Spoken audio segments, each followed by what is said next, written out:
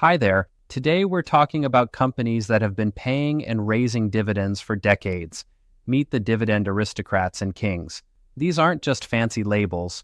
We're talking about rock-solid companies with reputations and a long track record. We'll break down who they are, how they're different from others, and why they matter to investors. Stick around to the end to learn how to avoid common mistakes when picking dividend stocks, and how to dodge high yields that often hide big losses. Don't forget to like and subscribe to support the channel. Imagine a stock that not only pays you income, but does it consistently, year after year, through recessions, crises, whatever the world throws at it. That's the power of dividends. It's a portion of the company's profit they share with their shareholders. Think of dividends as a thank you for your trust and ownership. But they're more than just a nice bonus. They're also a signal that the business is mature, stable, and values its investors. When a company pays regular dividends, it means they're earning well, and they don't need to reinvest all of it to grow. They can afford to share profits without sacrificing expansion. That's a big deal for anyone looking for passive income. But here's the thing. Not all dividends are created equal. Some companies pay dividends even when they're losing money, just to keep their stock price up. Others pay steadily, but don't grow. That's why it's crucial to know which companies are worth watching.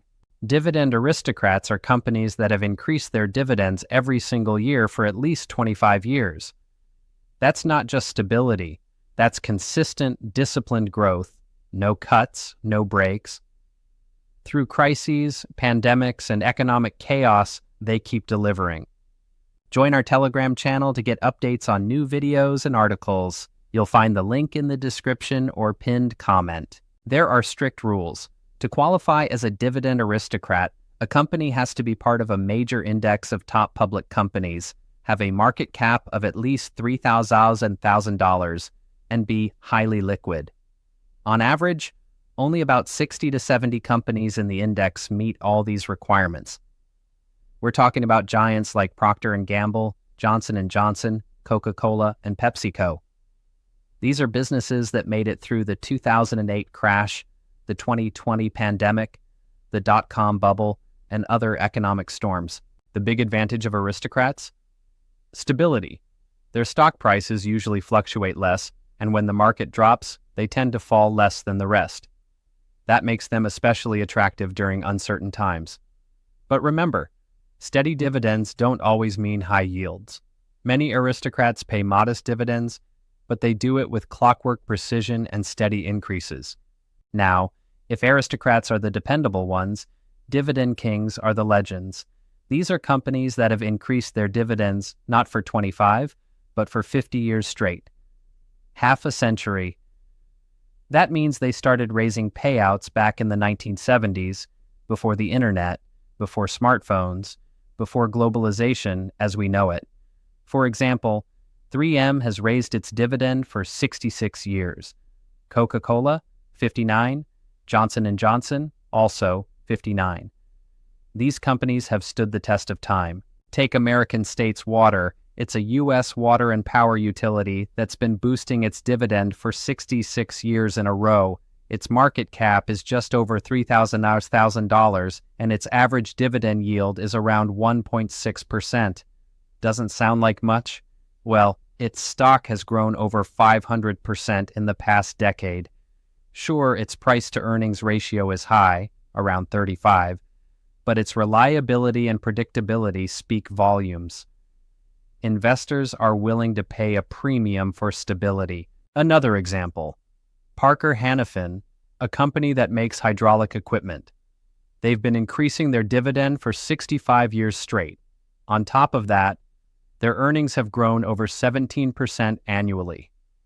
Their stock is up nearly 300% over 10 years. And the price-to-earnings ratio is around 22, below the industry average. That's a rare combo: fair valuation, steady dividends, and business growth. Dividend kings aren't just a source of income, they're an anchor when markets get rough. But even they're not invincible. A long dividend history doesn't guarantee future payouts. Just look at AT&T. For years, it was seen as a dividend darling until 2022, when it cut its dividend in half due to restructuring and falling revenue. That caught a lot of retail investors off guard.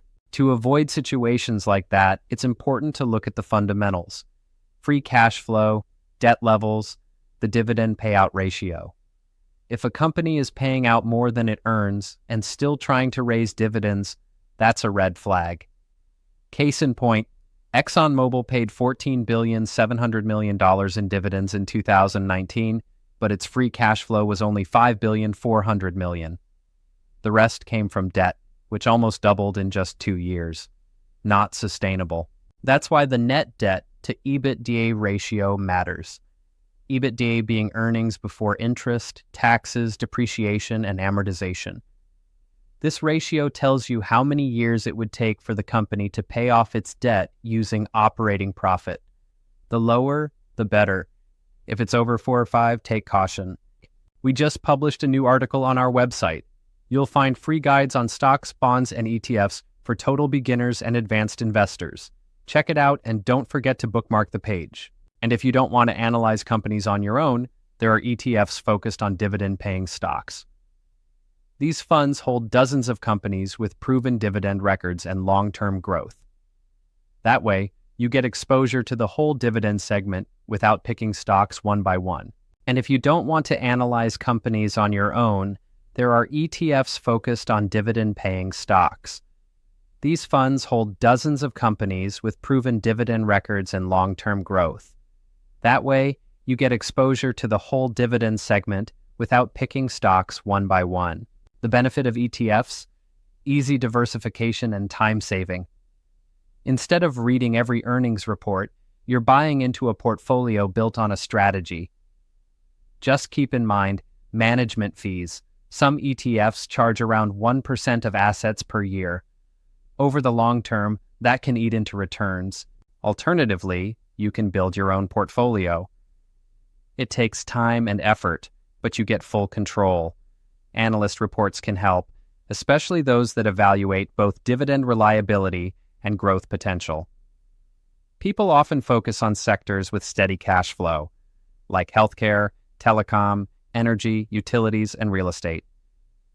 Real estate investment trusts, or REITs, are especially popular because by law, they must pay out up to 90% of profits as dividends. But even with the best companies, diversification is key. Don't go all in on dividend kings or aristocrats alone. Markets change. The perfect portfolio is a mix of reliability and growth. Smart investors diversify across sectors, regions, and strategies. Some put 20% in dividend stocks and 80% in bonds. Others flip that. It all depends on your goals, time horizon, and risk tolerance. And finally, remember, dividends are just one investment tool. They're not a guarantee of profit. They're part of the plan. Only by combining solid analysis, market awareness, and a long-term mindset can you build lasting success. Give the video a thumbs up, subscribe, and support the content on our membership platform. Links in the description or pinned comment.